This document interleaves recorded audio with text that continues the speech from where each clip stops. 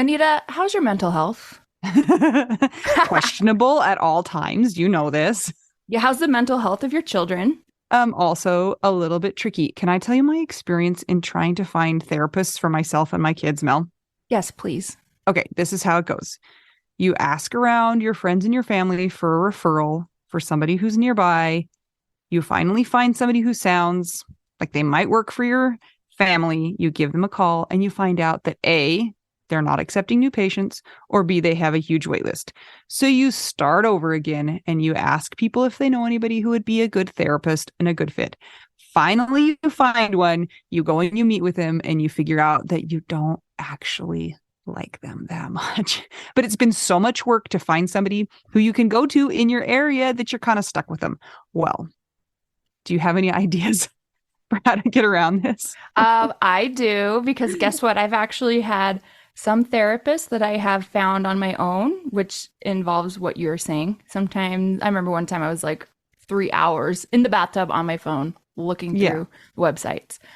I was such a prune at the end. But I have also had the experience with working with BetterHelp. And it was like, I don't want to say too good to be true, but because it is true, but it's like amazing because I was matched with my therapist within 24 hours. And you didn't have to go through all of that other ridiculous process of trying to find somebody. And here's the cool thing too, is if that person didn't work out for you, you can just switch and say, and it's not like you're committing to another years long search for somebody who you're going to jive with. It's true. And I lucked out, or maybe just BetterHelp is really good at matching people together because I never had to change my therapist. I loved her. Perfect fit for me. And I know that some of our friends have used BetterHelp and they've had to change therapists, and boom, same day, you can change. Easy peasy. You can ghost your therapist. Get a new one. I love this idea. BetterHelp is one of our sponsors. If you use our promo code trybetterhelp.com/WWDN, you get 10% off your first month. And we totally recommend it. Yes, get some therapy. That's trybetterhelp.com/WWDN. All right, Mel, let's get right to this, shall we? Yes, I'm interested in this because you've done a lot of research. I've done not as much research. So this is basically a research project by Anita. Yeah, and I want to get your thoughts on it because so I think you're probably the same as me. When Jason died, I was in such a fog and I was in so much just chaos and trauma that when it came to the disposition of his remains, Ooh, which fancy. sounds like such an Undertaker thing to say, I did what was the path of least resistance. So that just meant kind of what was expected of me or what most people in my community do or most people in my religion do. That's what I did. And I didn't really think about it. And I didn't have time to think about it or brains to think about it. Was it the same for you? Exactly the same. I didn't even consider anything other than burial, funeral within 1 week. The Yeah. end. That's it. Yeah. So you guys know that recently my sister died. And I helped my brother-in-law through the same process that I went through of figuring out what to do and schedule, and went with him to the funeral home. And the whole time we were going through that process, I just kept thinking like, why? Why is this the way we do things?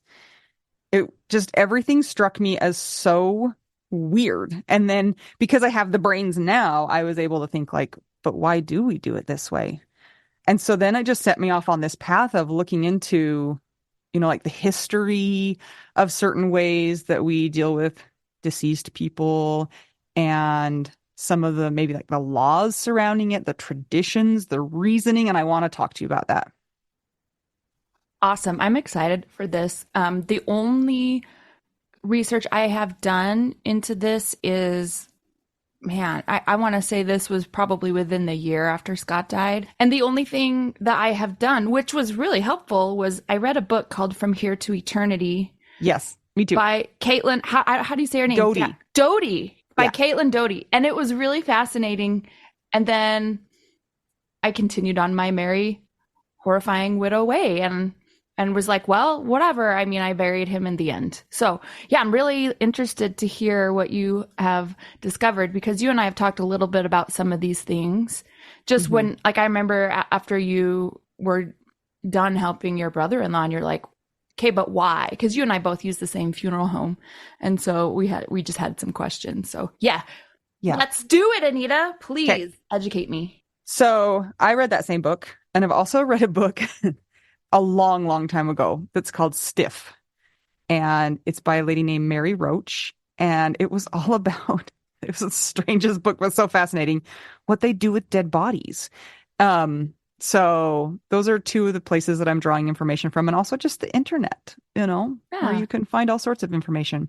Oh, So, oh, go ahead. and one thing, back to From Here to Eternity, Caitlin Doughty is actually a mortician. Yeah. So she seemed to have had some of the same questions that we had, even as a mortician. Like, she was doing things the traditional way, right? Am I Mhm. wrong? And then so she was set off on a quest. So I feel like Well, she would I'm be our friend. I'm not sure she started off doing it the same way as everybody else. I think she might have come into it with the like, why do we do it this way? And why is this such a business? Yeah, I'm not 100% sure, but it seems like she kind of came into it with a little bit of a different mindset.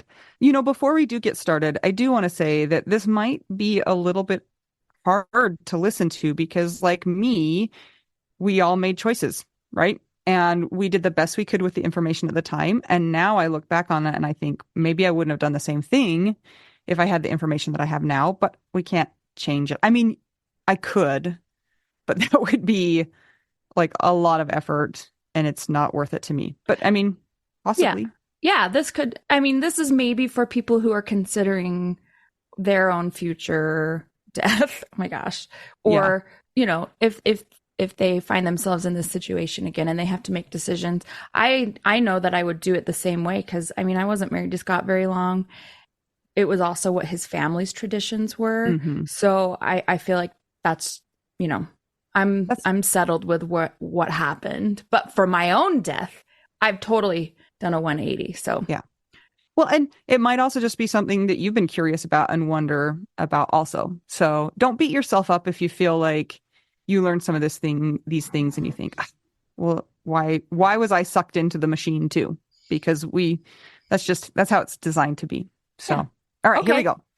So one thing that we know is that from like the beginning of time, people have prepared their deceased people to be disposed of, whether that was burial or preservation or something else. Like if we know something about an ancient society, a lot of the times we know it. This is going to sound so stupid. We know it because of the dead bodies that we found. I know Right. they're all dead now because they're ancient, but a lot of times we have found a person who was buried um by the people around them, not just because the society like all died out. I think that makes sense. Does I that make sense what I'm understand. saying? Yes. Yeah. Yes. Of course they're all dead now because that was a long, long time ago. But we know a lot about societies because we find people that were buried and we see how that they were prepared or how they were positioned or how their bodies were treated with certain plants or chemicals and things like that. So I think it's interesting that it's always been a thing Hmm. from like forever ago. Yeah. So, but then when you get into some of those ancient traditions, there's this quote by a guy named Sir William Ewart Gladstone. And he said, and this is like the favorite of funeral homes everywhere, show me the manner in which a nation cares for its dead, and I will measure with mathematical exactness the tender mercies of its people, their respect for the laws of the land, and their loyalty to high ideals. Okay, first of all, I don't think you can mathematically measure loyalty. And also, everyone from Utah knows the phrase tender mercies. Maybe this is where it came from. Make it Maybe. stop. Okay, continue. Sorry, I Okay, digress. well, the point of this is that we have really strong feelings, societies have really strong feelings about how we take care of dead people. We look at other ways people do things and think, oh, they're awful. They don't respect bodies. They don't respect the deceased because of the way that they deal with them compared to how we deal with them. which is ironic. Mel, this is sort of random, but did you ever watch the show Last Kingdom on Netflix? Is that Uhtred, son of Uhtred, son of another Uhtred? Yeah, Yes. I did. I did a little bit. Okay, I know that this isn't like real history, but this came to mind when I was thinking about this. So there is a part in that show. This takes place in like long, long, long, long, long time ago, England. And the main character was born from an English family, but then he was raised by the Danes or the Vikings. And he grows up, and so he's kind of these two different worlds. And he's away at war or something, and his wife dies. And he comes back, and the Christians had buried her. And the Christians thought that that was the right, good, proper thing to do with the body. But for him, that was a terrible way to be disposed of or taken care of as a body. So he dug her up and he lit her on fire and burned her. And the Christians were like, how dare you desecrate that body? And he was like, how dare you bury that body? So it just goes to show that we both, like, different societies think that the way they're doing it is the right way and the other people are the bad ones. And really, they're just different ways of doing it. Yeah, it's like both people, we all love our people, our family, our friends, our loved ones. And the way we take care of them after they die shows that we love them, even though we do it in like completely opposite ways.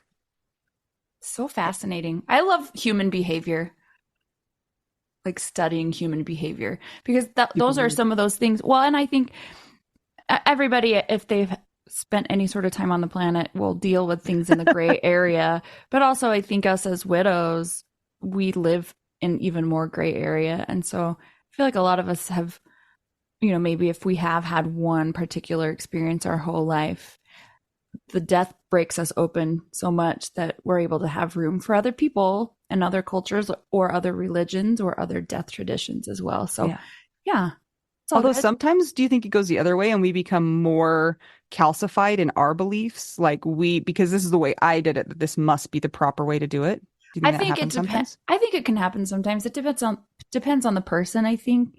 Yeah. I've noticed that, with just some observations of people in my life, a death can make somebody hold even tighter to what they would naturally do and, maybe put that on other people. But I don't know. I think it depends on the person and kind of how flexible they are.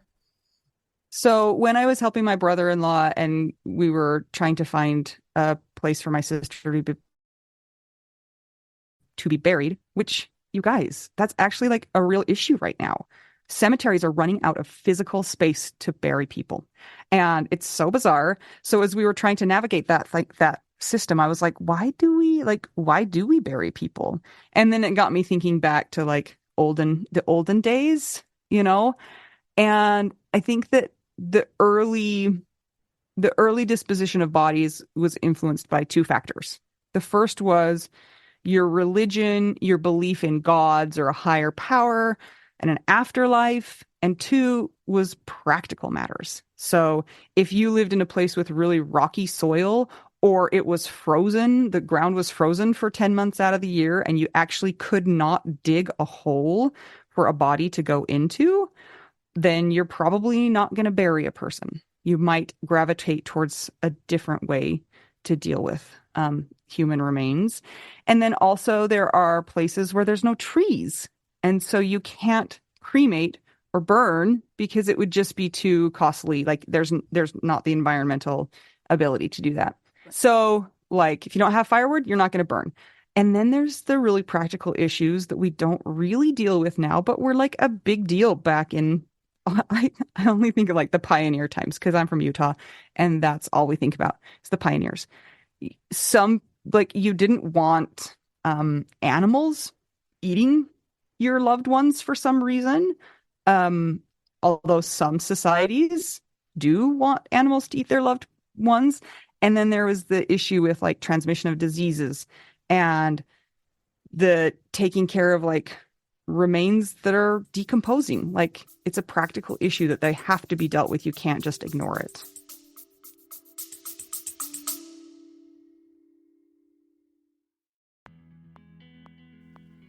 Sometimes we assume that unless we had a huge life insurance payout, we don't really need to know anything about investments or even finances. But guess what? A little knowledge of finances is critical for all of us. Maybe your partner was in charge of that stuff, and now you find yourself making all the decisions. Maybe you're mad about that. Maybe I am. Nicole from the He's Gone But the Money's Not podcast is here to help. She tackles financial literacy by telling the stories of women and widows and finance experts, and shares the lessons they've learned as certified financial planners. Whether you know a lot and feel confident in your financial decisions or feel unsure about all of that stuff, there is more to learn.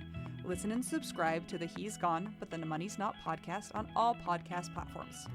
This ad was paid for by Rockhouse Financial, an SEC registered investment advisor.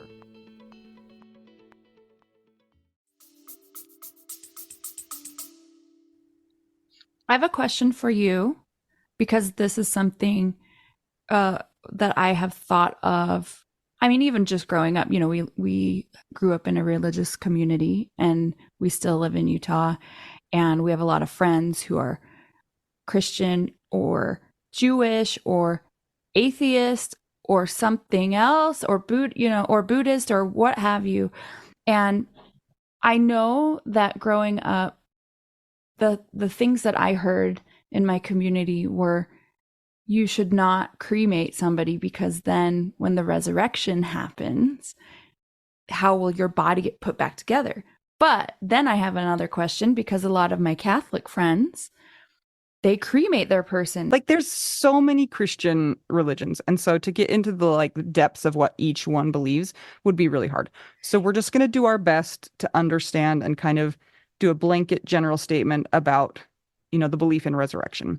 And yes, I do think I'm not aware of any Christian religion that does not believe in resurrection. There might be some, but I'm not aware of any.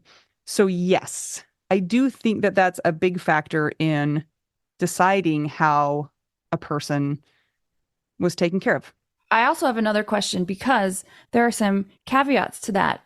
Sometimes you cannot control how people die. They can't die at home or in a hospital. Maybe they died in a plane crash. Maybe they died in 9/11. Maybe they died at sea. Maybe they're missing.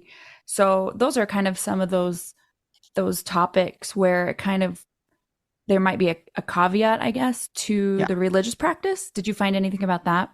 Oh, well, for sure. I mean, I think that most religions also have kind of a this is what we want to happen, but we understand that sometimes that can't happen. For instance, sometimes there's a really practical thing, like in some countries, there's just not space to bury people. So they're going to be cremated, whether or not you're whatever religion. And there are some religions that don't believe in embalming bodies, but some countries, municipalities have laws stating you have to. Like, if you're going to transport a body from one place to another, it has to be embalmed first. Well, some religions don't like that.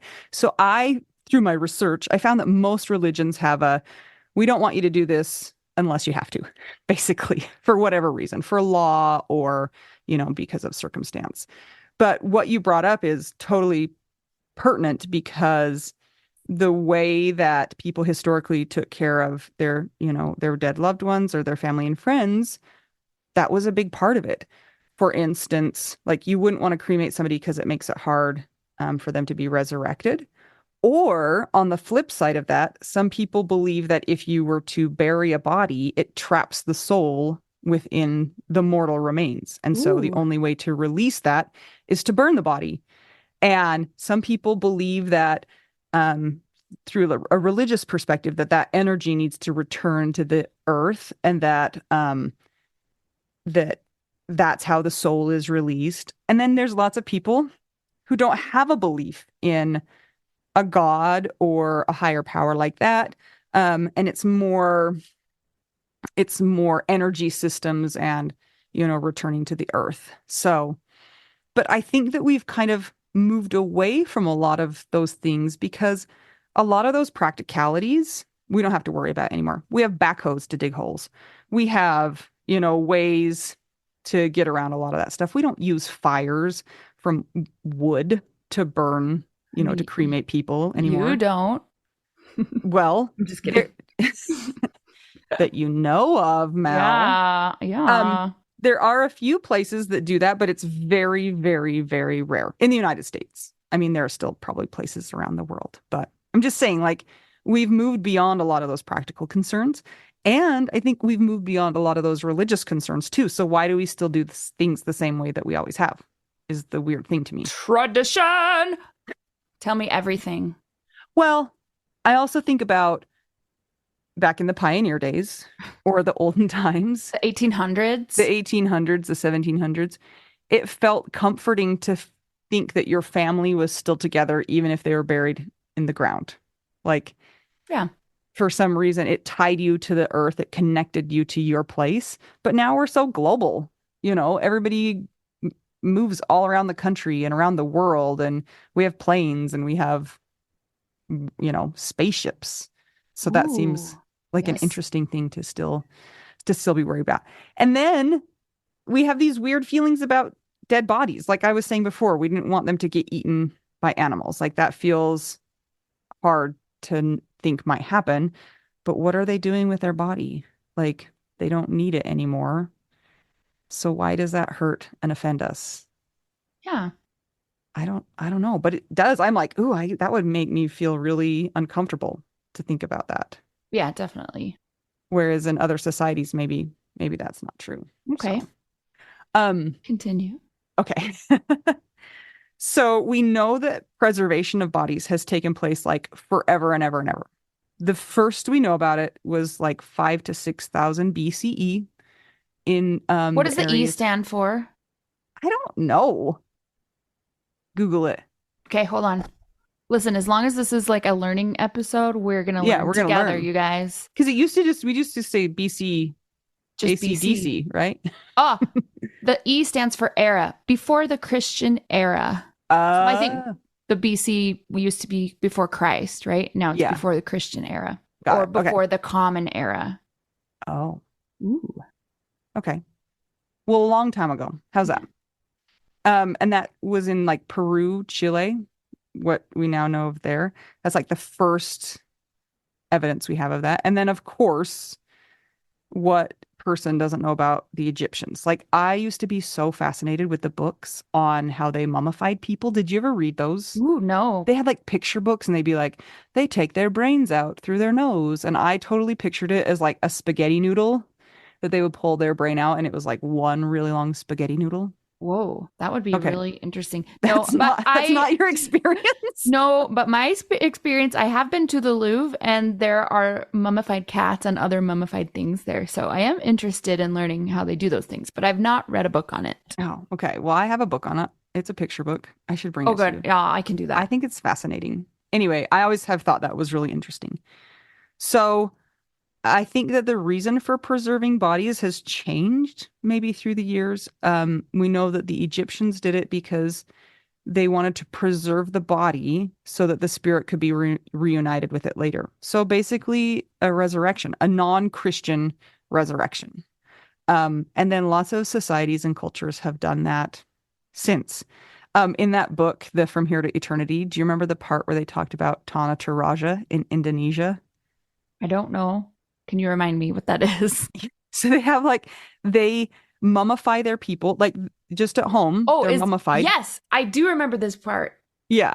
And they keep them at home until their funeral, which sounds totally fine and normal until you find out that their funeral could be like in 7 years. And like grandma is just in the boy's bedroom over there.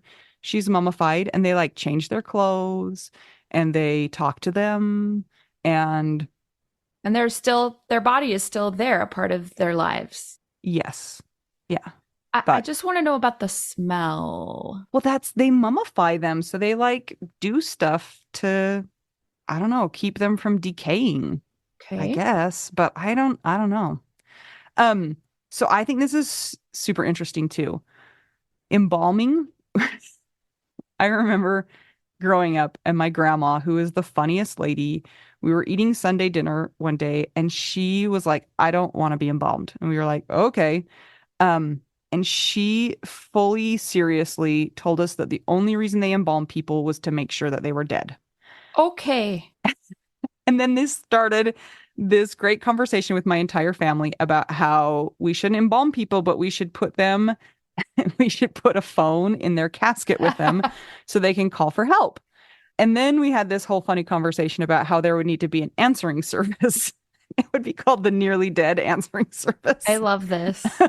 It was so funny. This was many, many years ago. So, and spoiler alert, my grandma was embalmed because that's just like, that's what happens. And she was definitely for sure dead. But why was she embalmed if she told you guys, I don't want to be embalmed? Is that a discussion point for later today? It's Or can you not, tell me now? I can't because I was not involved in that decision at all. So I don't Okay. know. I I don't just, know. I was wondering if it was required by the funeral home or something. Oh, we are going to talk about that for sure. All right. Well, And TBD. that's an interesting topic in and of itself. Okay. But I don't know why my grandma was embalmed. I don't know any of the discussion that surrounded that. But embalming, as we know it today, with like, well, they used to use arsenic, but now they use kind of like formaldehyde and some other chemicals. Okay. It became popular around the Civil War in the U.S. Why do you think? Formaldehyde. Why do you think that is? For preserving things because Mm-hmm. there was no refrigeration. That's my guess. Okay. Yeah. Well, the Or thing and about it. Oh, go. or murder. Well, it was a war, so they were all there was tons and tons of people dying, and they were dying away from home. So families, if they wanted the body of their family member back, they had to be preserved somehow because otherwise they would be on a train or on a wagon for a long time and would decompose. And Hmm. so it became more and more regular to start embalming people. So when they embalm people, I read so much about this, Mel. It's pretty interesting, but we're not going to get too much into it today. But Okay. removing blood and pumping in chemicals to stop Okay. decomposition. Hmm. And then it got popular, quote unquote, because they embalmed President Lincoln and he went on like a 2-month train trip. Did you know that? What? Yeah. His They like, body just was like sitting up, hanging out in no, I his think, hat. yes. No, I'm pretty sure he was lying down in a coffin, Oh, I had a but they, really great visual. it wasn't that cool, but they would take the train from city to city and then have like a viewing or some sort of a memorial service all over the country for him. So they Okay. had to preserve him. And then it kind of was like in vogue to do that. Ooh. So, Okay. um, that influenced people's desire. I also read the craziest story about a dentist in England who embalmed his wife and then put her on display in his front window of his dental practice to drum up business. Wait, but that would make you stay away, wouldn't it? I don't understand how or why that would encourage anybody to come to your dental practice. But yeah, she was like um embalmed and then set in paraffin and it was Wax. yeah, I think. And then put Oh, in oh, display. I know exactly what he was doing. Creating his What? own wax museum. Yeah, with his Clearly. real wife. And then he got in trouble for it because people said that's not cool. And he was like, why? Anyway, that is a really also weird story. But um, nowadays, I was under the impression that you had to be embalmed. Do you think you have to be embalmed, Mel? I never thought about it until I read Caitlin's book Mm-hmm. and I learned that you do not have to be. Yeah. Is that true? Did I forget because of widow brain? No, I don't. This is my caveat. Every state, every municipality has different laws. So Okay. I can't say 100% for everywhere. Yeah, I was wondering if it was by cemetery as well or area of Yes. cemetery. So I looked up Utah's laws because that's where we are. Um, and I found out that nowhere in the Utah law does it say you must be embalmed. Okay. You have to either be embalmed or be refrigerated, Huh. which Okay. I kind of feel like the funeral homes here embalm you and refrigerate you. Yeah. Well, So I was like, actually, I don't think I needed to embalm Jason. I think he could have just been refrigerated and it would have been fine. Like it would have been legal, I guess. And I found out that in Utah, there's no law that you have to be in a casket. what? But for instance, the cemetery that Jason is buried in requires a casket and requires a vault. So then it gets to be cemetery to cemetery, city to city, whether it's a city cemetery or a private cemetery. They all have their own laws. So it's pretty darn complicated. How did you find this out? Where do you go to learn by state? I just Googled, what is the governing body of funeral situations and disposition of bodies for? so it's like state code. There's a lot of laws about um, who can be cremated and who can be aquamated and who can't. We haven't even Because talked about aquamation I yet, know. which I'm so stoked about. Yeah, which is like it's a new up and coming thing. So, the other thing about this led me down the rabbit hole of the FTC, which is the Federal Trade Commission. And the Federal Trade Commission has laws about the funeral industry because the reason that people are embalmed, Mel, Uh-huh. the number one reason is money because the funeral People homes make making money. money. Oh, Yes, they get to charge you a ton of money to embalm your person. And when I was reading the FTC information, there was very specific language that your funeral home was supposed to ask. They were supposed to ask specifically, do you want us to embalm your person? And they were not supposed to make it seem like that was the only option. They were supposed to tell you what your options were. And that did not happen with me. I was under the impression that I had to embalm him. I didn't even get the choice because Scott died in Idaho. I was Yep. not there. And I Yep. think that question would have been asked to his parents, who he was with. So I know this, you would not have had a choice because he had to be transported. That's right. It was Mhm. required if you cross a state line. Yes. Yeah. If you have to be transported in a way that's not going to be refrigerated, then you have to be embalmed. So you didn't have a choice. But I think I did. And I don't think the funeral home made it seem like I had a choice. I think, and they can't say just like, please take care of my loved one or prepare my loved one. It's like, would you like us to embalm them? And this is why we would do that. And this is why we wouldn't do that. So, Really? yeah. Did they ask your brother-in-law this? No, they didn't. So, and this is where things get a little bit like sticky wicket because, like, what am I going to do about it? Yeah. Nothing. But for the next person I Sherpa, if I have to Sherpa another person through this, I will ask because I just always assumed it was required. And I didn't know that it wasn't required. Actually, I didn't always think it was required, but I thought that if you were not going to be embalmed, you had to be buried within a very short period of time. Like you had to be buried in like 3 days. But from what I can see, that's not the case. Okay, next question. Do you know about how much embalming costs? I'm curious. So it's like $4,000. And the other thing about the FTC is they're supposed to have a line item, like what we're charging you for what, you know? And yeah, I can't remember, but I think it's pretty expensive. I think it's a pretty expensive part of the whole thing. 4,000 is probably too much, but probably like 2,500 just for that portion. Still, it's in the thousands. It's not like Yes. $50. No. And it's a whole big process. And wow, wow, wow. Yes. No. I'm kind of maybe getting really scrupulous on this just because it's fascinating. But is there anything detrimental to the environment if you are embalmed and you get buried not in a casket? Because you're pumped with formaldehyde, and even though your body won't break down, there still is some decomposition. I do remember that from the funeral director. For sure. There are some concerns about what we're putting back into the earth.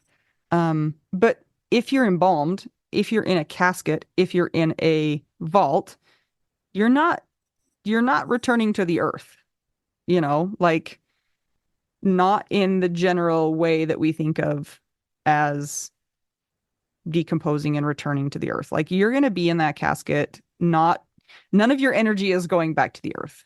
if Hmm. that makes sense. And if you were to bury an embalmed person and it happened over and over and over, I think it would be a problem because you'd have a lot of chemicals that are going into the water table, which is something my dad would love to talk to you about. Um, Things like that. And then the whole idea, I had no concept that I was going to have to buy a casket and I was going to have to buy a vault. Hmm. And the whole vault thing is also very interesting. The reason you need a vault, Mel, do you know why? Water, Nope. Well, maybe money. money. Yes.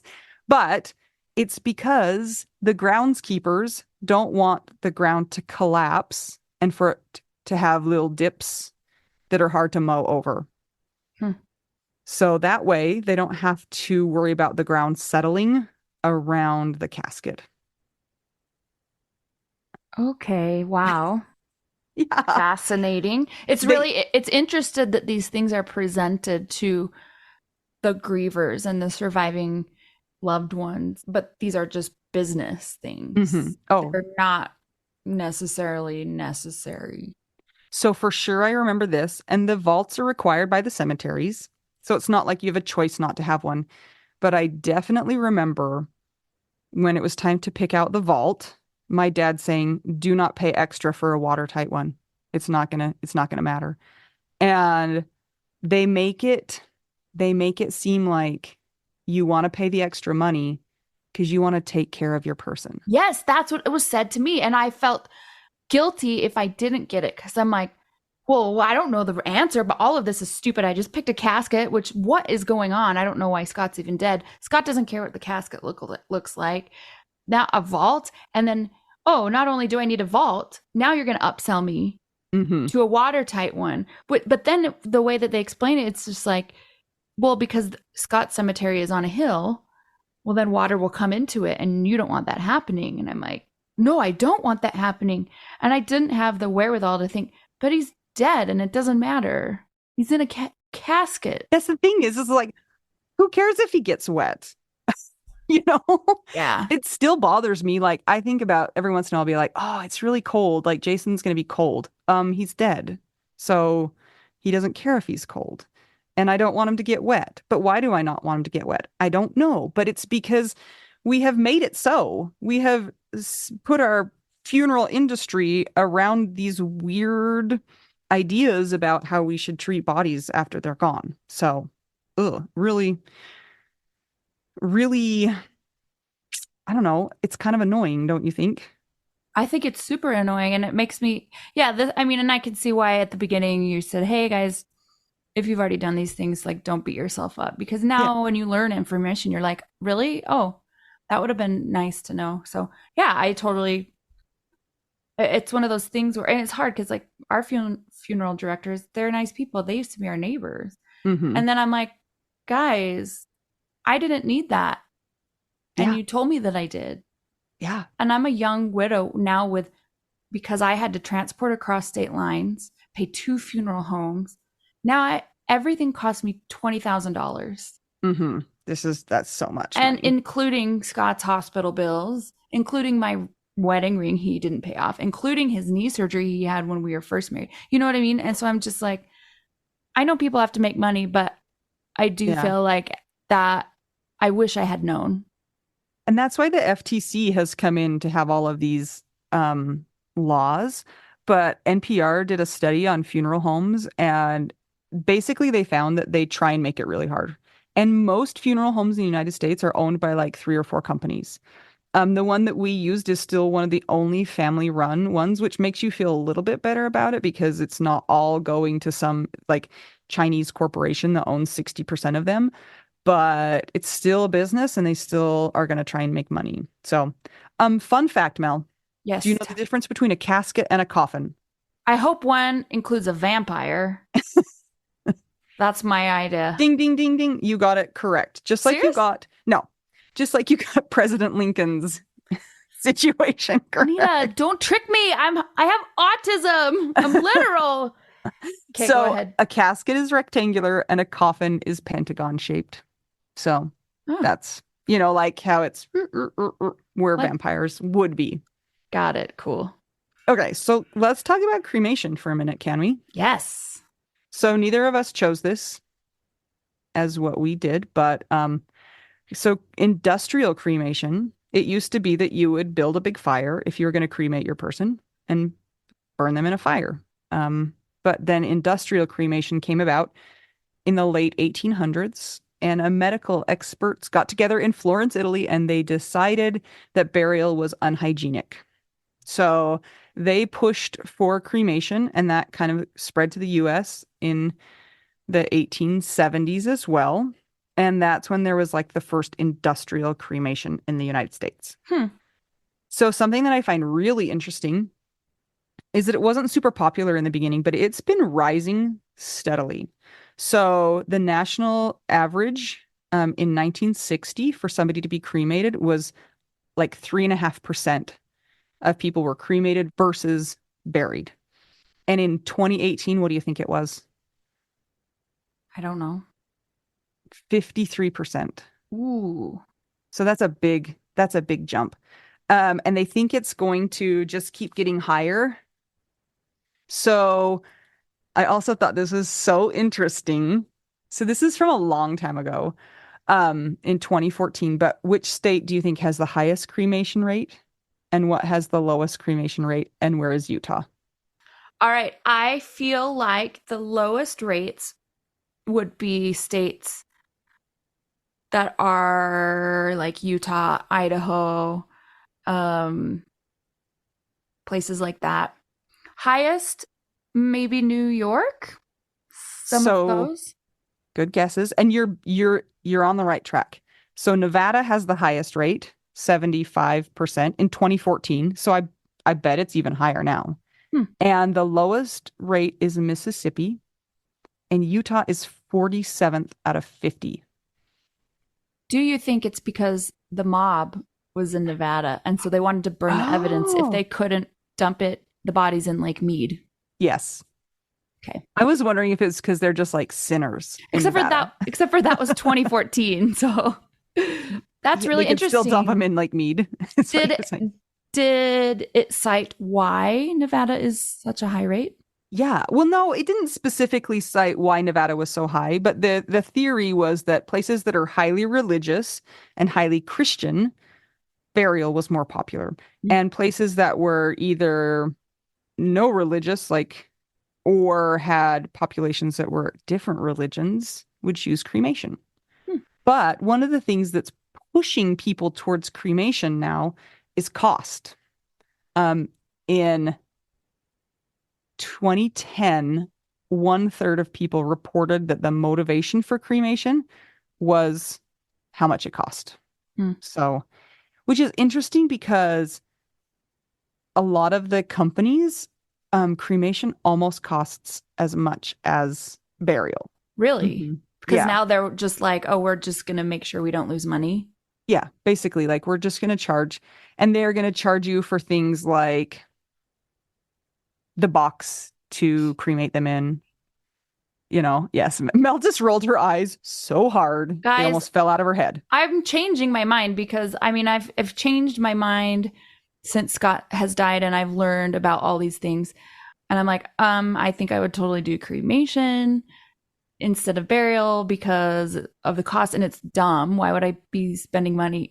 I would be dead.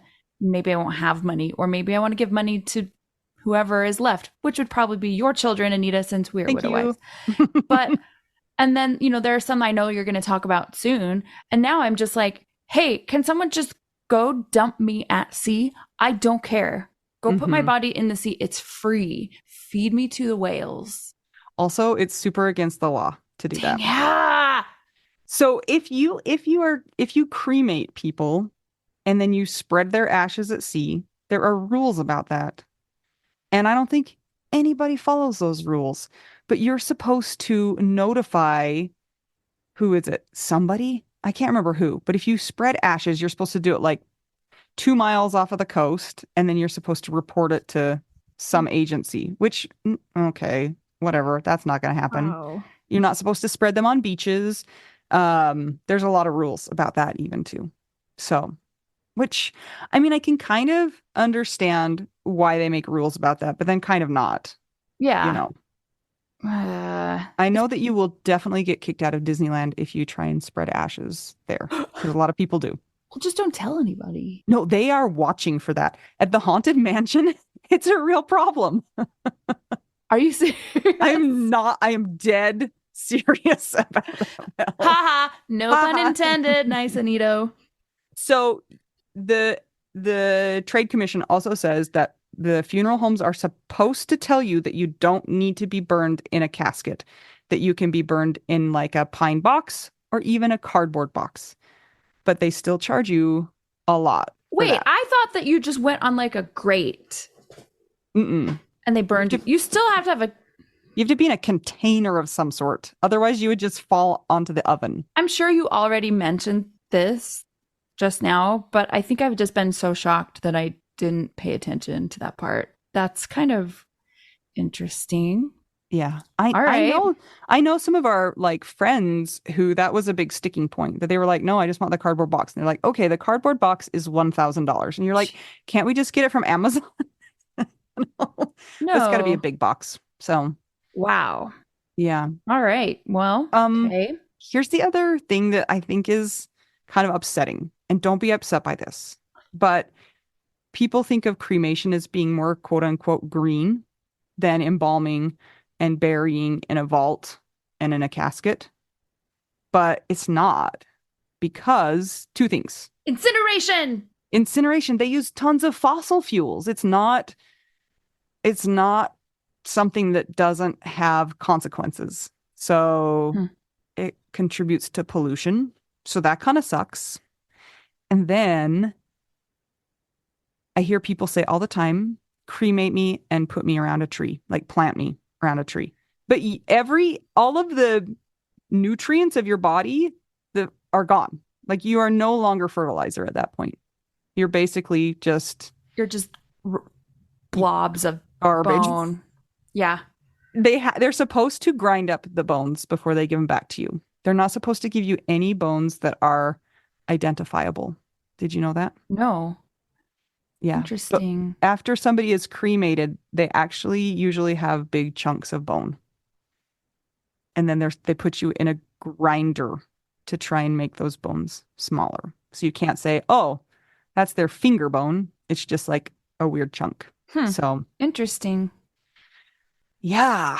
So far, I feel like there's not a lot of good options, but there are, I feel like, more options coming to fruition. I want to talk to you about some of the different religious beliefs. Okay. So you asked about Catholics earlier, and you Yes. guys, this came from the internet, so there's probably going to be a lot of nuance that is lost in this. We're just going through some very basic information. So cremation was historically forbidden until 1963, Okay. but then there was a change to that because just practically speaking, we're running out of space for people to be buried. So now the guidance is that you can be cremated, but you should not scatter the ashes. You should keep them in one place because that will make resurrection more difficult. Okay. And before Catholic people die, they are supposed to be given sacraments and last rites. So, By a priest, correct? yeah. Okay. So, Protestants, cremation and burial is acceptable. And, oh, this is so interesting too. The whole concept of organ donation. I was talking to my dad about this, and he was like, "I don't want you to donate my organs." Why? And he's like, "We'll make it harder for me to be resurrected." And I'm like, "Okay, well, I find that interesting, but good to know." Because I asked my parents about their uh, advanced directives the other day. It was really interesting, but it's a topic for another time. Right. Okay. So some religions are okay with organ donation and autopsies, and some are not. But Okay. Catholics, Protestants are okay with both. Jewish. We talked to Rabbi Maya, a little bit about this, but autopsy and embalming are forbidden under ordinary circumstances, but they realize that sometimes it has to happen. Open caskets are not usually permitted. Okay. The funeral is supposed to be as soon as possible after death, and people wear dark clothing, and you're not supposed to bury the person on the Sabbath. And then after, there's 3 mourning periods are held after the burial, with Shiva being the first 7 days after burial. So interesting. Yes. Buddhists. So Buddhists, organ donation is not permitted in like strict Buddhism, which has a name, like Tibetan and Pure Land Buddhist. They're not supposed to donate organs, but I think the less strict versions, they're okay with that. And cremation is preferred to burial. Hmm. So that's interesting. Interesting. Okay. There's tons of variations in Native American tribes, but organ donation is generally not preferred. Yes, Mel. Do you know on some of these if what the person is cremated or buried in, what if it matters what they wear? Because some religions have garb, I Yeah. guess. I think that definitely there are a lot of variabilities there, but I think that's probably like too specific Okay. to get into. But generally, it used to be that people were buried in their Sunday finest or some sort of a traditional, ceremonial or garb, but it's becoming more and more like bury them in their favorite outfit. Like that's changing um a lot, I think. Yeah. So anyway, Native Americans prefer a natural or green burial, and they have a lot of feelings about hauntings and animals and the earth. So that's kind of cool. Hinduism is cremation is what is preferred in Hinduism. Interesting. Okay. Yeah. And I think that they are okay with organ donation and autopsy. So Muslims, so embalming and cremation are not permitted. Autopsies are really strongly not desirable, which that was an interesting thing for my sister because they took her for an autopsy and they don't give you a choice. They don't say, would you like an autopsy? Sometimes they do, but in the vast majority of cases, it's just the law. Like the law decides who's going to get one and who's not going to get one. So it's not a sticking point for us religiosity wise, but it was a bit jarring to know that without having a say in it, I guess. Mm-hmm. So I didn't have strong feelings about it because I wanted to know why Jason died. So I was like, yes, please do that because what the hell? Yeah. Same. You Same. know?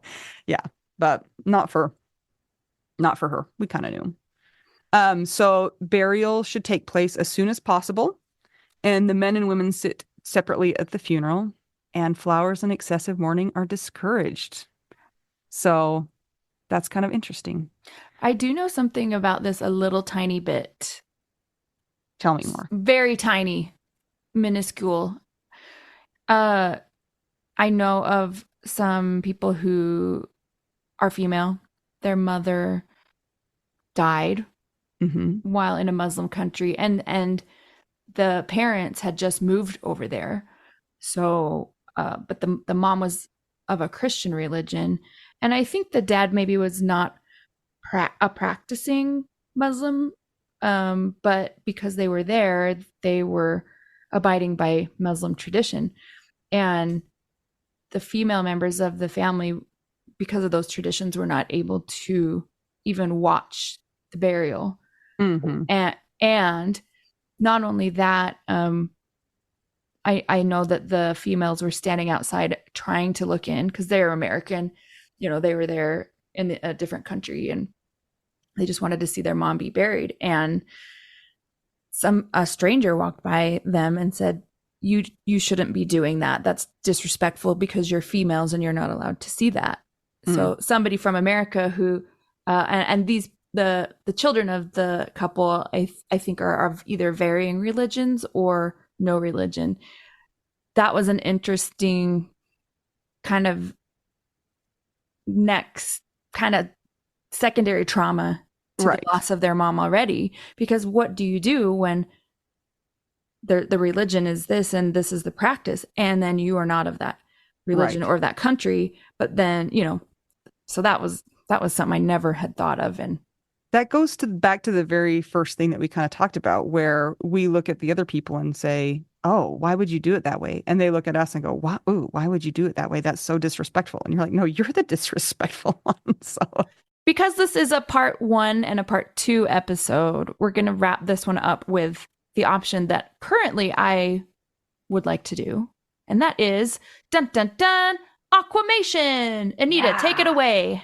So, well, now you're going to ask me, and now I'm going to be like, actually, I don't know what they do, but somehow they put you in water chemicals and turn you into not a body anymore, like dissolve you.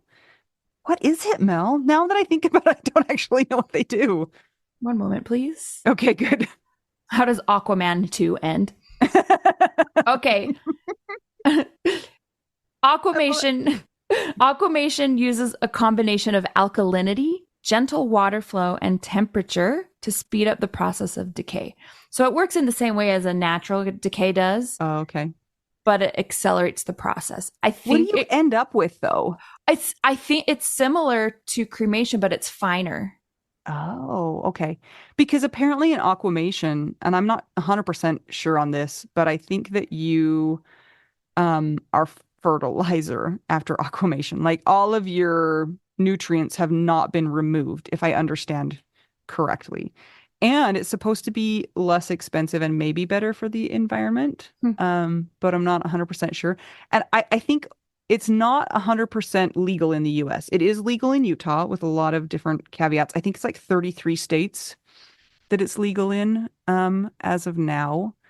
There's also the option, Mel, which I think is cool, is they freeze dry your body and then they explode you. Wait, now I want that. Yeah. So you are like a powder, and you are able to fertilize something. Wow. All of your nutrients are still there. So that's kind of like That's awesome. interesting and also bizarre. And wow. People are like sending their loved ones to space somehow. Like, I know that's an interesting whole thing. Donating Oh, body to science, that's free. yes. What about the body farm, Mel? What's the You know what body? that is? I forgot. I forgot. You know. TBD because part 2 is going to be exciting. So, Anita, what can everybody be excited for on part 2? So we're going to talk about some of the varying traditions around the world, the disposition of their mortal remains, how we deal with those. So we're going to talk about some really interesting ones from around the world. So hopefully you found this interesting and not just hard to listen to and traumatic and you feel like you did everything wrong, because we all did the best we could and the funeral industry is stupid. So Yeah. that's all I have Okay. to say about that. Well, thanks, Anita. Stay tuned for part 2, everybody, because there's a lot more interesting things to come to light. If you want to keep the podcast going, what should they do, Mel? Well, you could just Venmo us $1 million. Direct Mine's payment. at Mel Shore with the blue hair. You can see, you can find it. No, you please consider joining our Patreon. That's the way that we keep the podcast going. You can do like a one-time donation at buymeacoffee.com/widow we do now, and we use that for tacos. Mm-hmm. And if neither of those things are available to you, then just give us a nice rating and review on Apple Podcasts or Spotify. It really helps in the algorithm and in people finding us. So yeah, it does. All right. Well, thanks, Anita. Good research. I'm excited for next time. So interesting. All right. I'm Anita. I'm Mel. We're two young widows learning about the funeral industry and about what to do with our bodies. We're just figuring out, widow. We do now. Boop.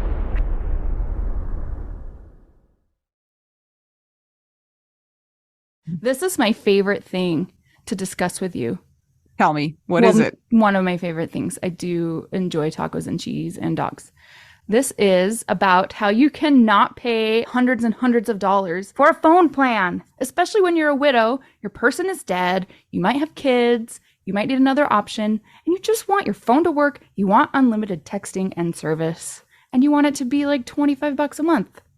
It blows my mind that they have plans that start at $15 a month. That is so cheap. And the cool thing is it uses other 5G networks, and so you don't have to pay extra for that, and you still get great service. Yep, Anita and I have traveled all over, and I have used my phone. So I highly recommend it. And my mom's even on it. When my dad died, we put his phone down to the cheapest plan, which is $15 a month. And I think my mom's on the $20 a month plan, and it's so worth it. It's so much cheaper than what we were all paying before. So I highly recommend it if you're on a budget or not. Who cares? Ryan Reynolds is in charge of the company, and they send you free stickers with Ryan Reynolds temporary tattoos. It's kind of the best. So if somebody wants to sign up, what can they do, Anita? Go to trymintmobile.com/WWDN. Seriously, you guys, such a great idea. Save yourself some money. And if you're worried about losing data or having any changes with your phone, not going to happen. They walk you through it. Everything's fine. It's the easiest process of all time. Again, that's trymintmobile.com/WWDN.